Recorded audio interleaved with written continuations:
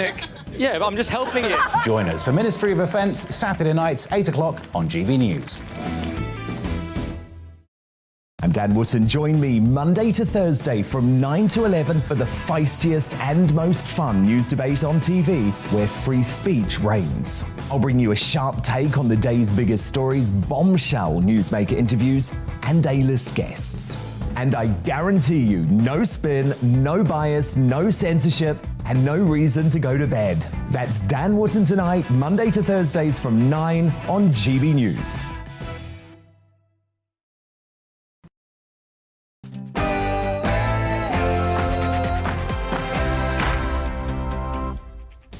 Hello and welcome to The Briefing with me, Gloria De Piero. The Prime Minister is in Rwanda. Our political editor will bring us the latest. We'll cover the rail strikes, of course, and we're also talking NHS dentistry as it gets harder to be seen.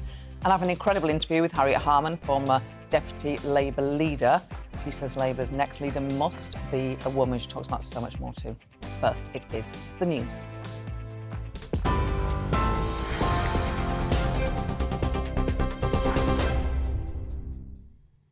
Good afternoon. It's 12 o'clock. I'm Rhiannon Jones in the GB newsroom. 2 people have been charged with conspiring to arrange the travel of a child into the UK to harvest organs.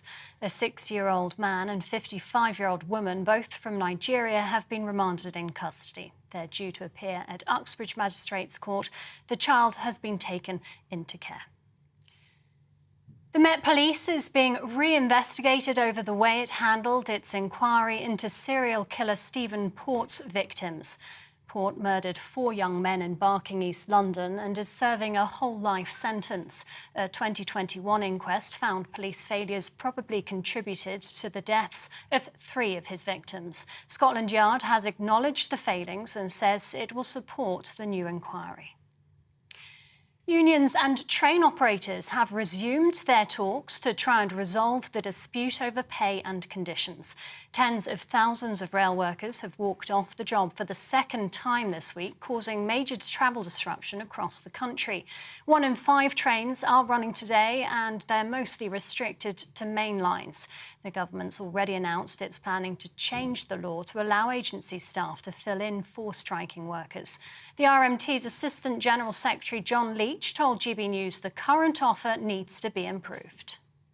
I'm going in anticipation and hope that they're going to put a proper and decent offer on the table. But the thing is, let's talk about what is on the table. 2%, job insecurity, thousands of job cuts, ticket office closures, new contracts, fire and rehire. That's not on. They've got to have a complete reset. And more importantly, probably than anything else, the government have got to get behind the railway men and women of this country and resource and give the authority to the management to negotiate a fair deal. Meanwhile, Business Secretary Kwasi Kwarteng says there is a fair offer on the table. People who are striking, preventing kids from taking exams, preventing people from getting to work, should really actually look at what they're doing and actually, I think, come to some sort of reasonable arrangement. I don't think it's the case that the government has been unreasonable. I think the strikers are the ones who are being unreasonable. The Prime Minister has hit back at critics of his plan to send asylum seekers to Rwanda, describing their attitude as condescending. Boris Johnson has now arrived in the capital, Kigali, for the Commonwealth Heads of Government meeting. He's due to hold talks with the Prince of Wales, who's also in Rwanda, after he reportedly described the policy as appalling. The Prime Minister is expected to announce new trade deals and investment initiatives during his trip. 2 British men who were captured by Russian forces in Ukraine are reportedly preparing to appeal their death sentences.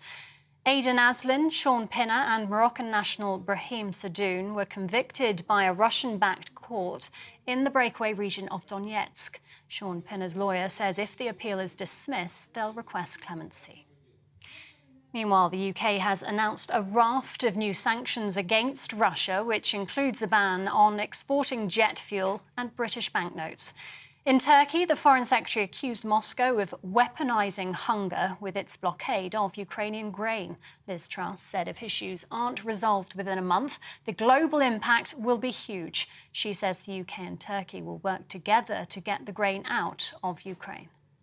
This is a moment for strength, for commitment and unity. The United Kingdom and Turkey are working closely together to mitigate the consequences of Russia's war against Ukraine. This has to start with getting Ukraine's grain out. We cannot and we will not rest until Ukraine prevails. Afghan authorities are still struggling to reach a remote area after yesterday's earthquake, which killed at least 1,000 people. 1,500 others were injured as the 6.1 magnitude quake struck, destroying homes in the eastern part of the country. It's the deadliest earthquake to hit Afghanistan in 2 decades. The United Nations is calling for financial aid, urging world leaders to provide humanitarian support. The Chancellor's meeting leaders from the North Sea oil and gas industry in Aberdeen. Rishi Sunak's hosting a discussion on the transition to net zero, as well as the recent levy on oil and gas profits. It's funding £5 billion of the government's emergency cost of living support package. The Chancellor says the UK's energy supply and security is more important than ever before, following President Putin's invasion of Ukraine. This is GB News. We'll have more as it happens now, though. Let's cross over to Gloria with the briefing.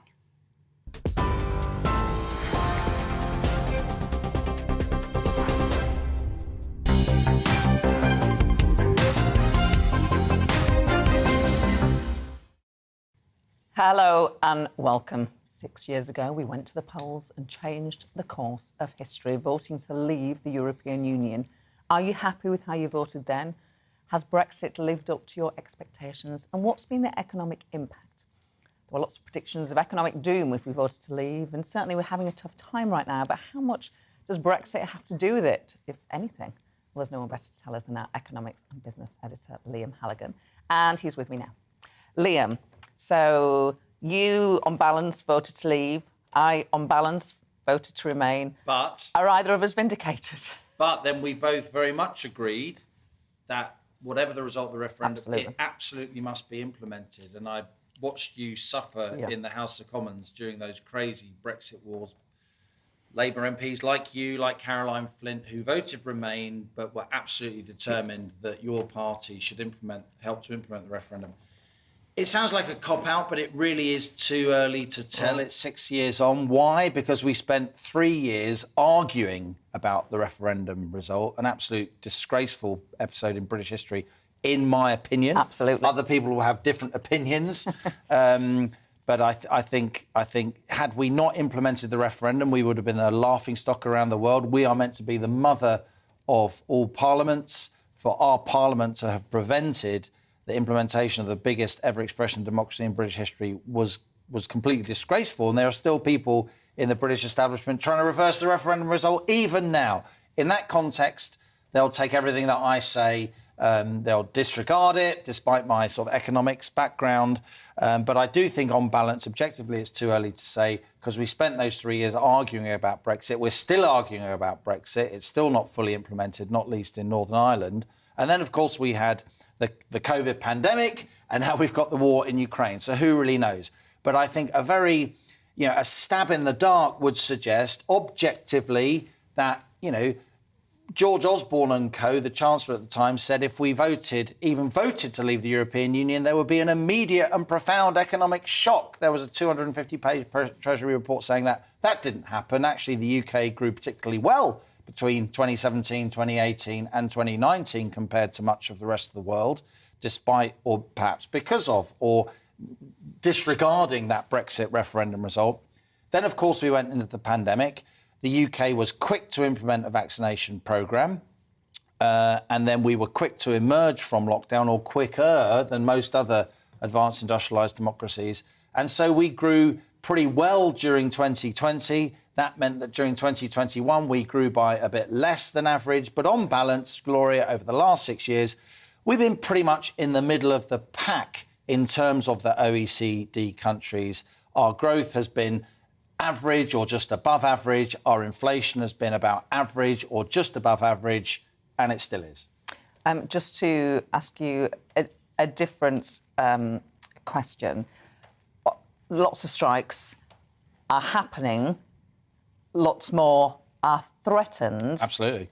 The government say they can't sort of give in to the demands for decent, you can argue about whether I'm right or not, decent pay rises.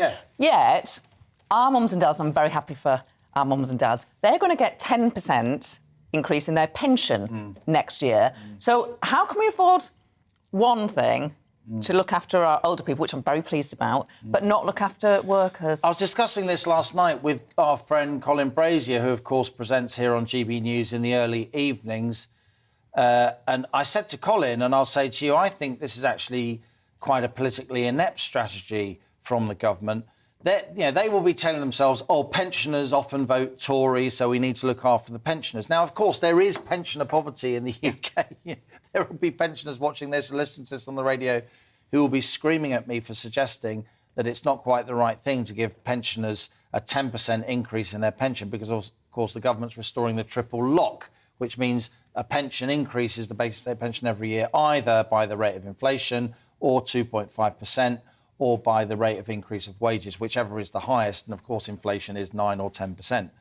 But I would say that for pensioners, many pensioners don't need an uptick in the basic state pension because they're pretty well off anyway. Pensioners have the vast majority, on balance, of housing wealth in this country. They have the most savings. I would also say, and you've got a lot of experience of this as a former MP, while our benefit system is patchy, for the most part, there are a range of benefits that are designed to help pensioners, whether it's winter fuel allowance, mobility allowance, TV licence, and so on. Again, it's patchy. Some people fall through the net. We have to look after everybody if we can. But I'd say the real... Liam, the Prime Minister is speaking now. For our long-delayed family reunion as the Commonwealth, and I'm sorry to say I missed the dancing last night, Jonathan. Very good to see you strutting your funky stuff in the way that you were. Let's hear it for Jonathan Marland on the dance floor. And by the way, the weather is absolutely lovely here in Rwanda today. But I've got to tell you, here's an amazing statistic: it's actually hotter in London. I don't know what. Also, my staff just told me.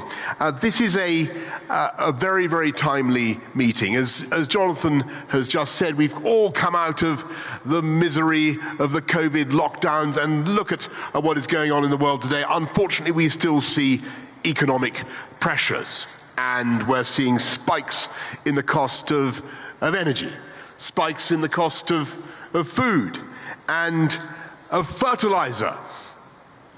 I was talking about this to Paul Kagame just now. But what if there was a miracle fertilizer, a fertilizer of business that grew your business, that expanded your profits and cut your costs by 21%? There is such a fertilizer. And I'll tell you the ingredients, it's perfectly harmless, it's organic, there are no phosphates, no nitrates, it won't cause algal bloom. I'll tell you what the ingredients are. It's a common language. It's a familiar sense of our legal and administrative systems. It's a shared sense of mutual trust between us. And that fertilizer is called the Commonwealth. And it knocks... I can prove it. That fertilizer knocks 21% off the cost of trade between Commonwealth members. That's 21% bigger profits if you do deals between the Commonwealth, 21% efficiencies without the expense of management consultants. And now is the time, my friends, to turbocharge those advantages, because over the next 5 years, the Commonwealth's total GDP is forecast to rise by nearly 50% to $19.5 trillion. And these are the markets, super fertilized markets, that will power growth and prosperity and create jobs in our countries, and at the same time help to ease those pressures that we all face on the costs of living. So we are going ahead. And in the UK, we're striking free trade agreements across the whole of the Commonwealth. We've done Australia, we've done New Zealand. We're going to do a deal with India by Diwali. We've signed free trade or economic partnerships with 33 of our Commonwealth friends so far. And through the Trans-Pacific Partnership, we're aiming for new deals with Malaysia and Brunei. By the way, it's fantastic to see the birth of the African Continental Free Trade Area. Isn't that going to be a wonderful thing? And it's going to be the biggest in the world. The biggest in the world. 1.3 billion people, promising to lift 30 million people out of poverty and generate $450 billion for African nations, which, by the way, is far, far, far more than Africa could ever receive in development aid. And I massively support that new Africa Free Trade Area. I remember the UK helped to found the European Free Trade Area many years ago, which we then got taken over by something called the European Union. But never mind that. I don't necessarily advise, by the way, that you turn the African Free Trade Area into a single currency, but I leave that wholly to you, and that will be a matter entirely for Africa. But we want to support this project, and we're backing the new secretariat in Accra. And as African countries remove trade barriers from their borders, we're making it easier to sell to the UK, because on the 6th of July, we're launching a new preferential trade system for 65 developing countries, including Rwanda and 17 other Commonwealth members, liberalizing our tariffs, getting rid of those pointless tariffs, that, you know, the tariffs that are totally vexatious, that cost more to collect than the revenues you get from them, abolishing the nuisance tariffs. They exist, and improving our rules of origin to make it easier for all our countries to benefit. And what I feel so strongly about the Commonwealth is it's not just about the imports and the exports. It's about the partnerships that we build. It's about doing more together to ensure that everyone prospers from the new green industrial revolution. I saw some of you, I'm proud to say, at the Africa Investment Summit in London in 2020. Remember that, just before COVID struck. A moment of real optimism. Well, I want you to know we're doing the same again next year, and I hope to see you again in London next year. And it's great to announce that the British International Investment is putting £160 million into hydropower in Africa, creating 180,000 jobs, including here in Rwanda, while at the same time cutting carbon emissions, generating electricity for 3 million people. Many African countries. I've mentioned the sun in London today. It's exceptional. I hope you'll understand that this is. I'm not bragging about the sun in London. It's not as consistent as it is here in Africa. And many African countries are blessed with the ability to power economies entirely by hydro and solar and wind energy. Incredible fact. Kenya, Uhuru told me this, and I couldn't believe it. I mean, he's got enough energy himself, but Kenya gets 90% of its electricity from renewable sources already, and they're aiming for 100% by 2030. And I see a fantastic future for all of us in these initiatives, for all of us. And we, with our Clean Green initiative in the UK, want to be the partner of choice for our African friends as you transform millions of lives with modern infrastructure, meeting the highest standards of transparency and environmental protection. And it's because free enterprise generates the resources for better health and education, which is what we're trying to do, better outcomes for our people, that here in Rwanda, infant mortality is down by almost 80% since the year 2000. 9 out of 10 people have health insurance in this country. Virtually every child goes to school. And that is the kind of future that we want to build together. And all I will say to you in conclusion, my friends, is we in the UK have the technology. The City of London certainly has the finance. The government that I'm proud to lead has the will. And our wonderful, wonderful Commonwealth, that great institution, has the super fertilizer to be sprinkled across this extraordinary grouping of countries, and above all, to help to forge a new Africa. Sharing your optimism that the people of this continent and every member of the Commonwealth can thrive and prosper from free trade and free enterprise. Thank you all very much. Have a wonderful, fantastic Chogam, and I look forward to seeing you later. Thank you.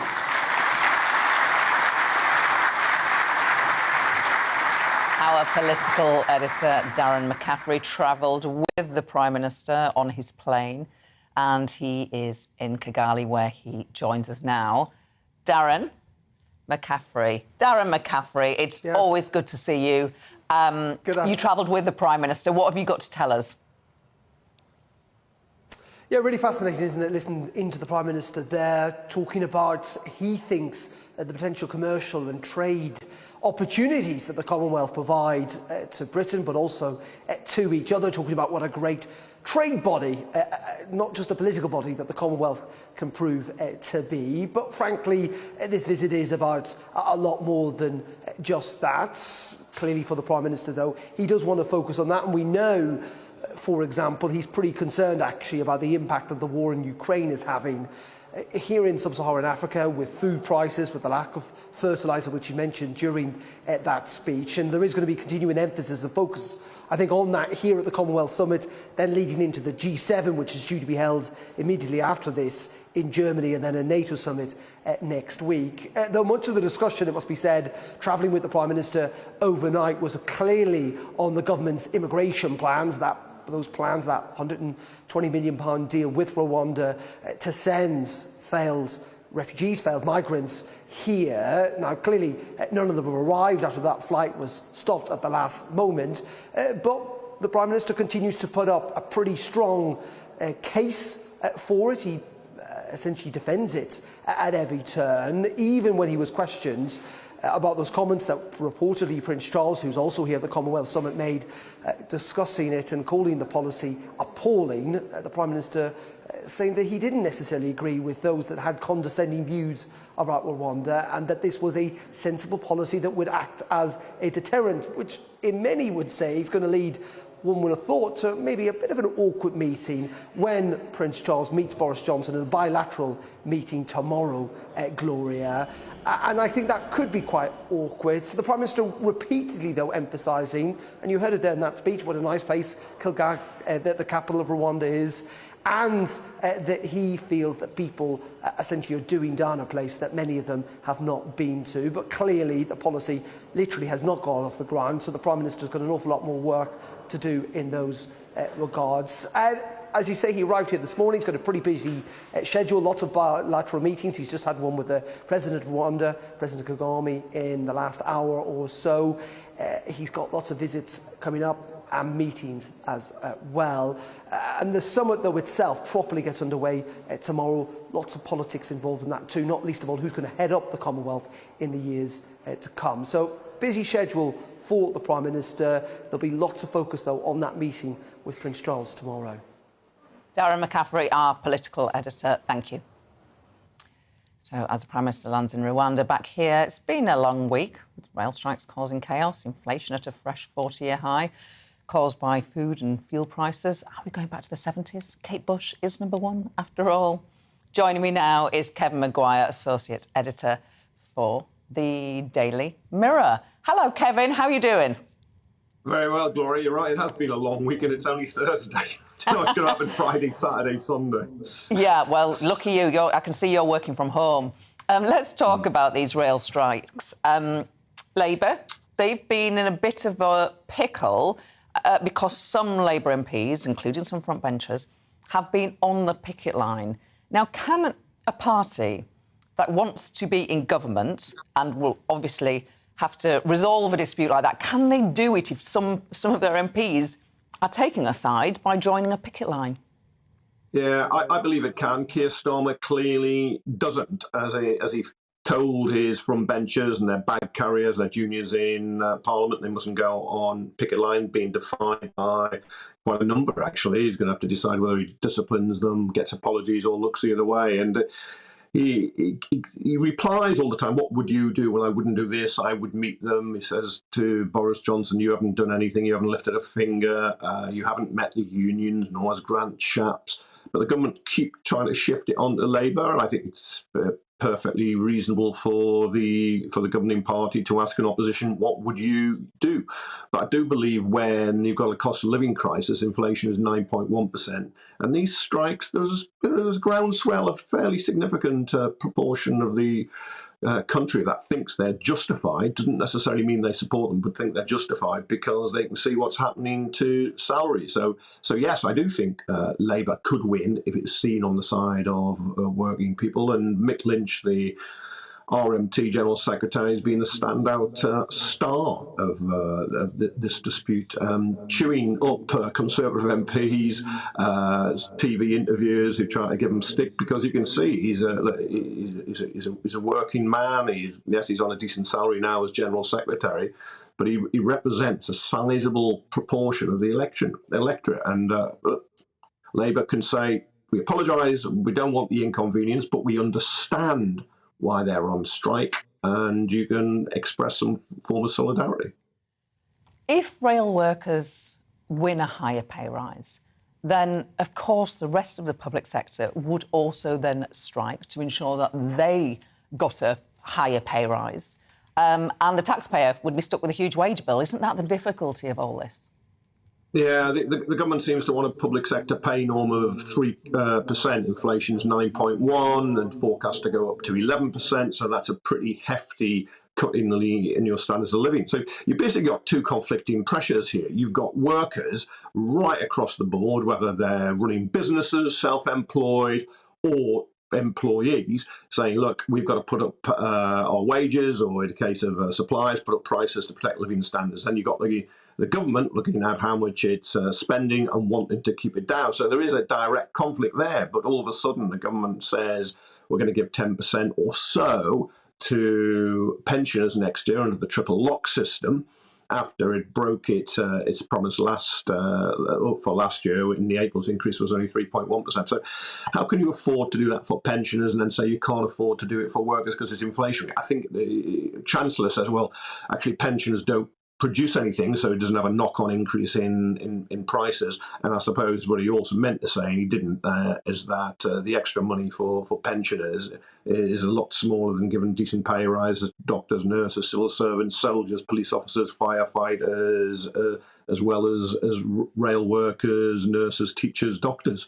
So yeah, but at the moment, the truth is, as you know, Gloria, it's wages that are trying to chase inflation. It's not wages causing the inflation. So you can see at the moment why there is that pressure now between the government and workers, because I think people in the private sector are too demanding increases, and I think we'll see some industrial action there too. It won't just be limited to public services, because this is the biggest squeeze in living standards to the 1950s.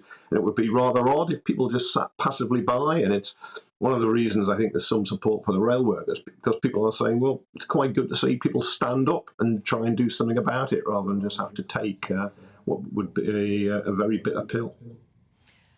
6 years after people voted to change the course of history and vote to leave the European Union, I think you voted Remain. There were terrible warnings about what would happen if we left the European Union. It's not been that bad, has it? What, 6 glorious years of all that bitter division and poison for what, right? I mean, get Brexit done. Boris Johnson's position is get Brexit undone now. He's trying to rewrite the Northern Ireland Protocol, breaking international law, jeopardise the Good Friday Peace Agreement, and risk a trade war. No, there are no tangible benefits you can point to, really. And those who say, well, it was all about democracy, freedom and sovereignty. Well, you want to look at Ukraine, which is being invaded by Russia and is desperate to join the EU. They value freedom, democracy and sovereignty, and they see you're much better off pooling that with other countries. Now, I think it was Boris Johnson's biggest lie, the 350 million a week for the NHS, which never came along. Now, what have we got, really? We've got a lot of red tape, reductions in trade. To report today that real wages, the value of them will be down £470 a year in the future because of it. I don't think the promises that were made by the Brexiteers have been delivered. And of course, I think you're quite right in pointing out that in a campaign that was dominated by the Conservatives, and in some ways Brexit was a big split between the Conservatives. You had David Cameron and George Osborne on one side, you had Boris Johnson and Michael Gove on the other. You're right, the short-term warnings about massive unemployment and a recession never materialised, but the long-term warnings about the damage Brexit would cause, I think we've seen being materialised. Kevin Maguire, always a pleasure to get your insight. We'll speak to you next week. Thank you. Next, I have an incredible interview with former Deputy Labour leader and mother of the House of Commons, Harriet Harman. She says the next Labour leader must be a woman and talks of life after the sudden death of her husband, Jack Dromey, last year. You don't want to miss this interview. But first, it is your news.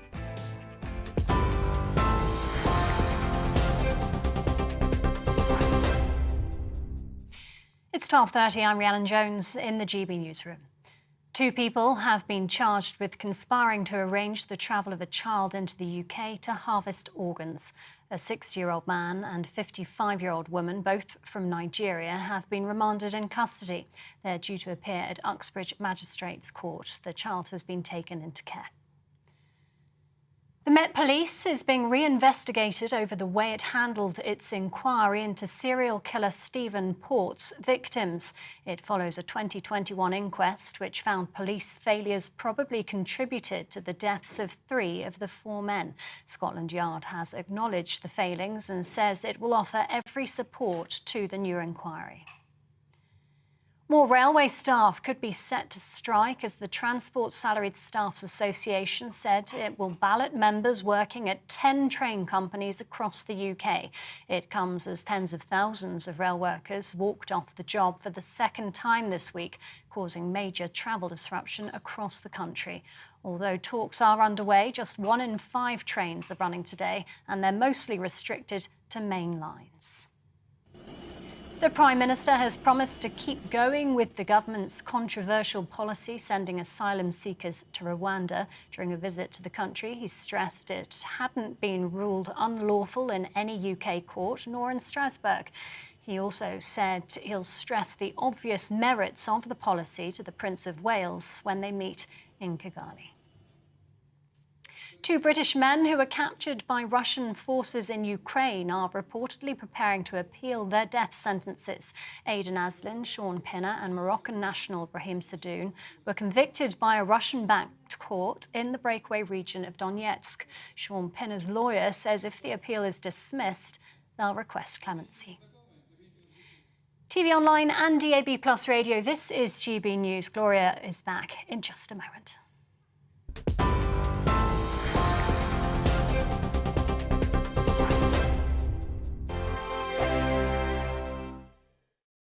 We are GB News. We're right across this great nation. On TV, on radio, on digital. Absolutely everywhere. We don't talk down to you. We embrace all voices. With honest and civilised conversation. We're not part of the establishment. We're one of you. And we're only getting started. Join us on GB News, the People's Channel. Britain's news channel. Every morning from 6 o'clock, we'll wake you up with GB News Breakfast with all the stories you didn't know from the night before. So whether it's serious news, entertainment, or your own views from all over our great nation, we're here to kick off your day with a smile. The national media should be reflecting and reporting what's happening here. You will notice the northwestern accents.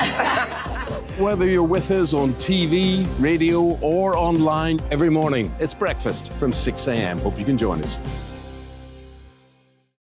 Join us for Ministry of Offence, the comedy panel show that's just like the news, in that the left fights the right and it doesn't really seem to matter who wins. We cover the big stories. It was in fact a troop of baboons and not angry vegans. I like that. And the really important stories. Fat naked cow gets stuck in swimming pool. It's a headline in a lot of local newspapers. Yeah. We're on the same team, Nick. Yeah, but I'm just helping you. Join us for Ministry of Offence, Saturday nights, 8 o'clock on GB News. I'm Dan Wootton. Join me Monday to Thursday from 9 to 11 for the feistiest and most fun news debate on TV, where free speech reigns. I'll bring you a sharp take on the day's biggest stories, bombshell newsmaker interviews, and A-list guests. And I guarantee you, no spin, no bias, no censorship, and no reason to go to bed. That's Dan Wootton tonight, Monday to Thursdays from 9 on GB News.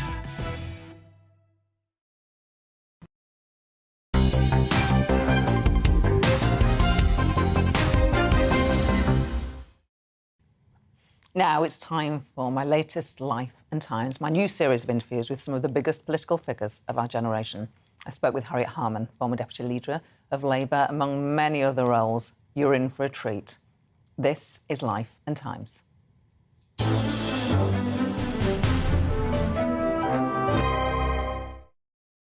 Harriet Harman, you are 71 years old. You've been a force in our politics for decades. What stage of life are you at now? What does 71 feel like to Harriet Harman?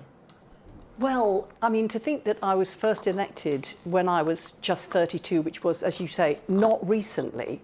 And I think that what I'm finding quite energising is the issue of the kind of feminist journey into ageing, because there's been a thing whereby, you know, when you're younger in politics, you're kind of too pretty, distractingly attractive, too young. Then when you're a bit older and you're having your children, too many children, hands full, just, you know, can't hack it, too preoccupied. And then when you're older, you're past it. And you never seem to have your prime.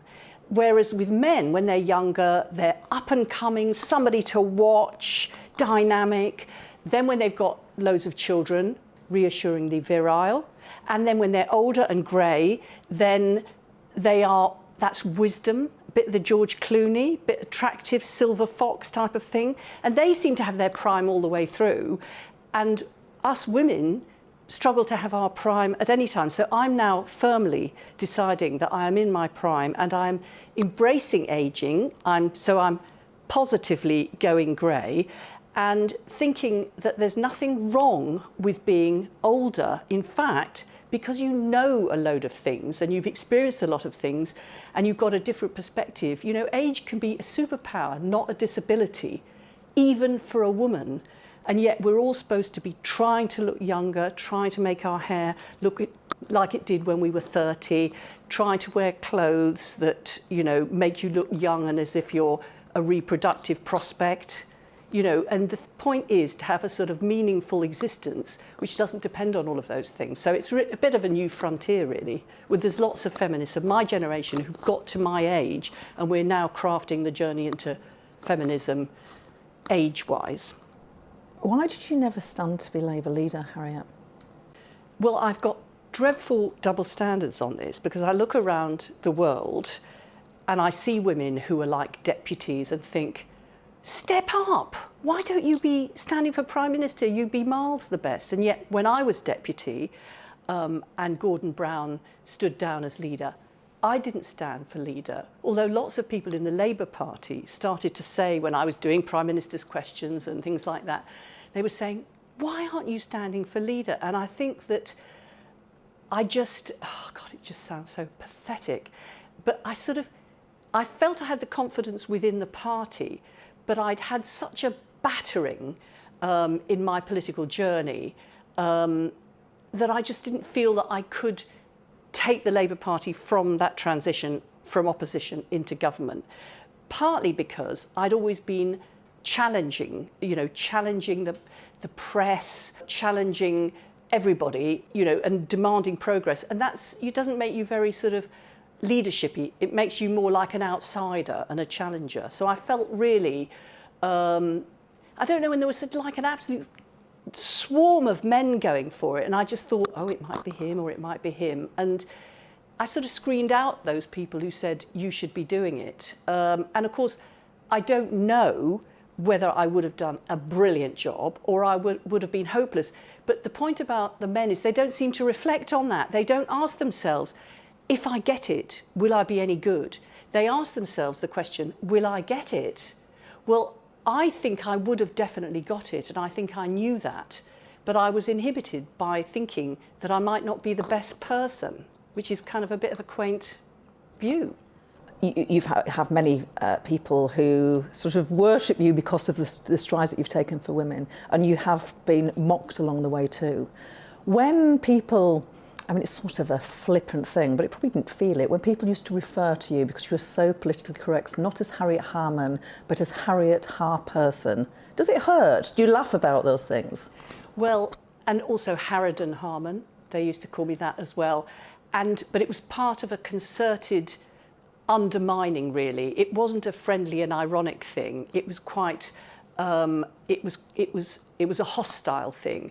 And it used to make me feel very beleaguered. But I think, and I'm doing these interviews of women all around the world in different parliaments, and what's interesting about the next generation of women is when they're criticised for something which is about them being a woman, they turn it round and use it against the people who are criticising them. So, for example, as a woman in the Bahamas who was accused of being like just a street trader woman in order to denigrate her, and she said, those women who are street traders, they work hard, they feed their family, they help feed you, they don't do any robbing or dishonesty. If I'm going to be called a street trader, I'm going to be proud of that. And actually, I should have said, if you call me Harriet Harperson or Harridan Harman, I'm going with that. And actually, you're going to have to change because things aren't right. So, but I think now there are more women, we're more able to turn things round against the voices that are always the backlash, that are always the detractors. But, you know, there were so few women in Parliament at the time. We were such a minority that you couldn't take people on or you'd have just got flung out of the system. And you were elected in 1982 in a by-election. What was Parliament like for a woman coming in 1982? Well, it was, you know, the pinnacle of the patriarchy. There is no other way to describe it. You know, there were 21 women amongst 650 MPs, and most of those MPs saw women as what their wives did, which is support the men. That was the role for a woman, to support a man to be his best self. And it was a bit subversive to be coming in and wanting to be on equal terms and wanting to share decision-making instead of just be admiring them and supporting them. And so it was very difficult. And the argument that actually Parliament should be equal numbers of women and men, because that is a representative Parliament in a population which is equal numbers of women and men, felt like a terrible threat to the men. Are you saying we're not good enough? Well, we were saying that the institution is not right in a country where women regard themselves as equal citizens. If it's all the men doing all the talking and all the men doing all the deciding, and we want to share in that. But for all those who felt it was going to push them aside, they were very anxious about that. And all the measures we put forward, like insisting that there should be some women on the shadow cabinet, which had previously been all male, was regarded by every man who himself wanted to get on the shadow cabinet as a direct attack on him. So it wasn't just a dispassionate argument. It was regarded as very, hostile and subversive. So it was an embattled situation, and it wasn't really until 1997, when we had the 100 Labour women coming in, that suddenly it was like, phew, there's a whole load of people on the same page arguing the same issues for childcare, against male violence against women, for equal pay. Suddenly, it was like a normal conversation instead of being a beleaguered minority. You referenced 1997. Of course, that transformation came about because of something that you were campaigning for. You were a leading campaigner for, and that was the introduction of women-only shortlists, which delivered that mass influx of women. The Labour Party is now just over 50% women MPs, so this will be the first election at the next election, because elections are happening at the moment, and they're not using women on a shortlist because that 50% has been reached. What are going to be the implications of that?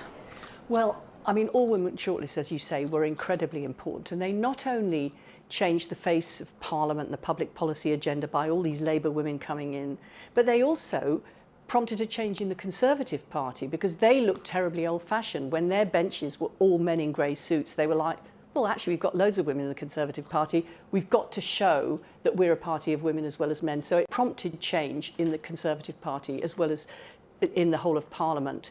And the argument is that legally, because we're now at 50%, we can no longer do it. It's about redressing inequality, and you can't do it if you've reached that equality. But actually, we could still do it, and I think we should. Not least, for example, in one region, in the southeast region outside London, only 2 of our 8 MPs are women. So at the very least, there's an argument for doing it there. And I think you do have to be careful, because you can always slip back. So we're at 50% now because of this positive action policy. Without it, we could in one fell swoop slip right back. So I think we should try and find ways within the law to actually keep all women shortlists, because we can't be complacent. There's always a backlash. I mean, you know, the men have had their turn for many hundreds of years. We've had a little window of opportunity, but there's plenty of people that think, actually, it's their turn now again. So, as we said, you were elected in 1982. You're the mother of the House. You're the longest-serving female MP in Parliament. You witnessed, of course, there was a wonderful Labour victory, but you witnessed 1983 defeat, 1987 defeat, 1992 defeat, 2010 defeat, 2015 defeat, 2017 defeat. You've been in Parliament for a lot of Labour defeats. Are there any patterns that you have witnessed during the decades that you have observed Labour defeats and thought there are characteristics which the Labour Party has when we go wrong? Well, I think the lessons we can learn from where we actually went right, which was in 97 and then those subsequent elections,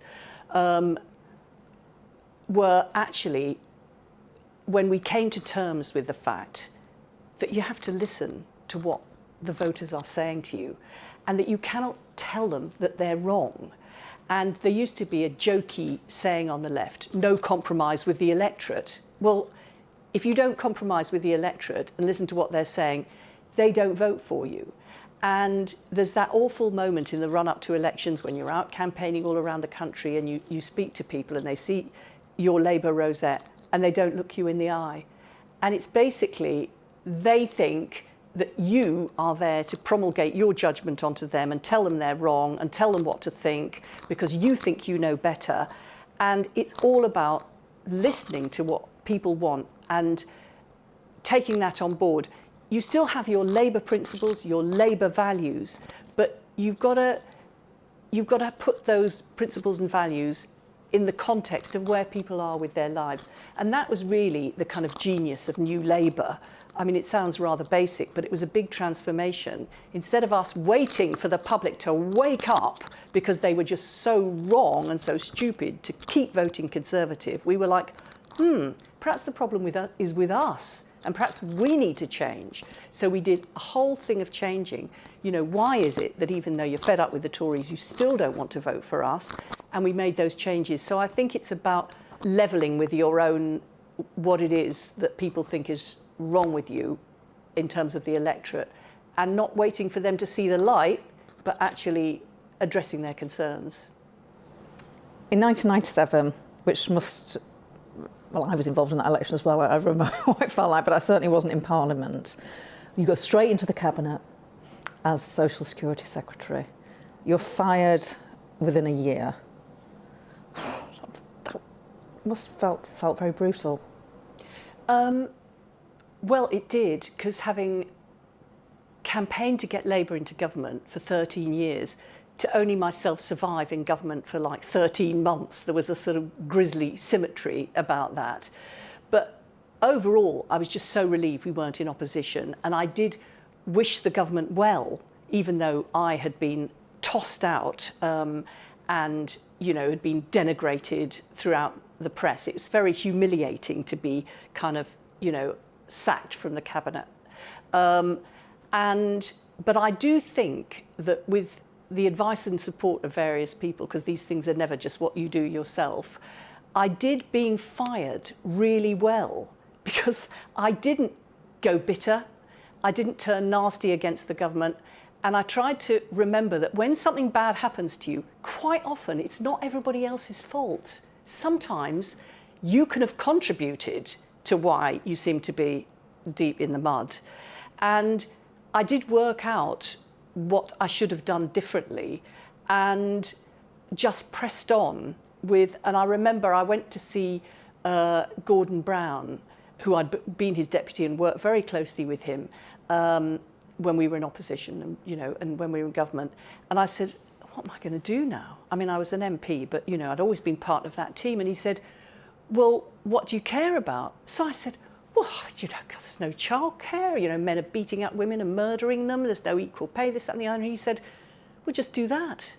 And the thing is that substance is what matters. So whatever position you're in, the question is, what do you care about? What do you want to change? So I thought, oh, that's good advice. So I cracked on with all of that. And then eventually I was put back into government and could do that from within government. So I think, you know, the tendency is to turn in yourself, blame everybody else, think there's nothing you can do. And actually, so long as you've got the privilege of being an MP, there are things that you can do and make a difference.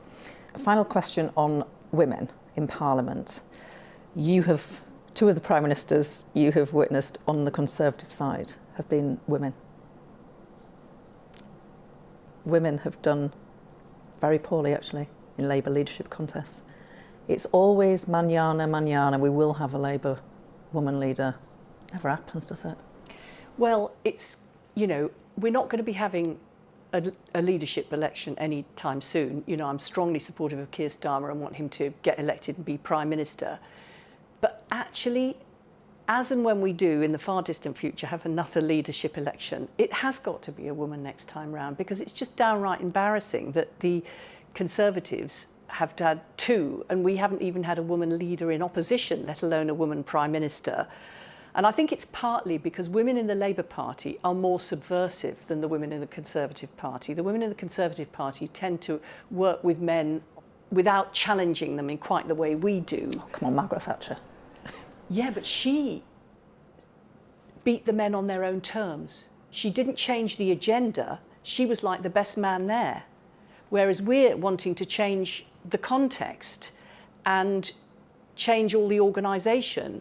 And that is much more threatening to the organisation, and therefore you build up more kind of hostility along the way. I mean, that's the only sort of semi-reasonably pathetic justification for it. It's just bad, really. And we've got lots of excellent women who could step forward for being leader, as we have done for quite a few years. So, yeah, like next time. So I'm always saying next time. I know. Having not stepped up myself, so I have to sort of say it in a relatively humble voice, since I didn't quest myself to do that. So you're standing down at the next election, but you've just been given this big job, perhaps thankless job, of chairing the parliamentary investigation into whether the Prime Minister deliberately or knowingly misled Parliament. How will you approach that, or why have you taken it on? Well, I think it's one of those things, the Privileges Committee is one of those things that you do on behalf of the House, but you don't talk about it. And so at this point, I'm really just, it's the doing it rather than talking about it. So I'm not really doing a commentary of any sort on it, I'm afraid. Okay, fair enough.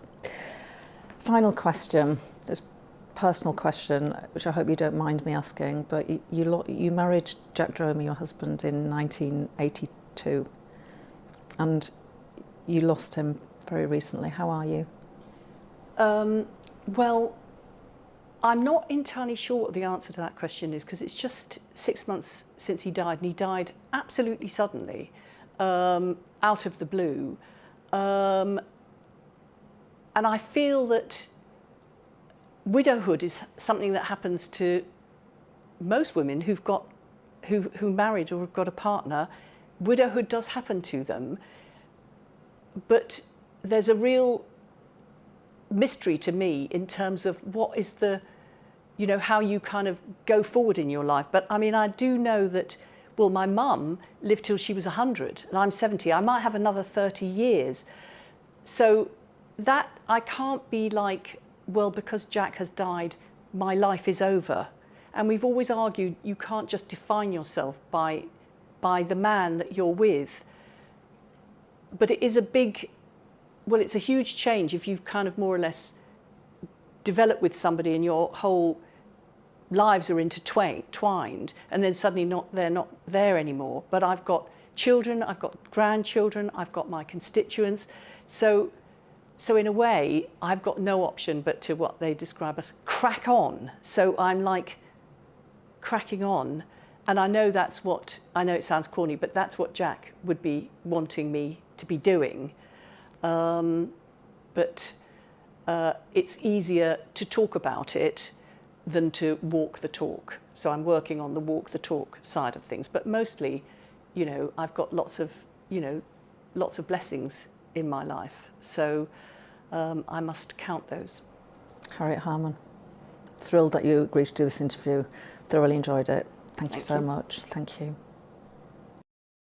You can watch my Life and Times and Real Me interviews on our YouTube channel, or, of course, via the app. Up next, it's On the Money with Liam Halligan, and he's here now. What is coming up?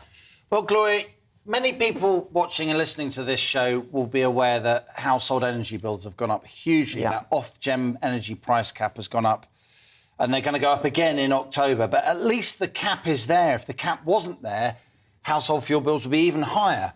Guess what? If you're running a business, there is no energy price cap.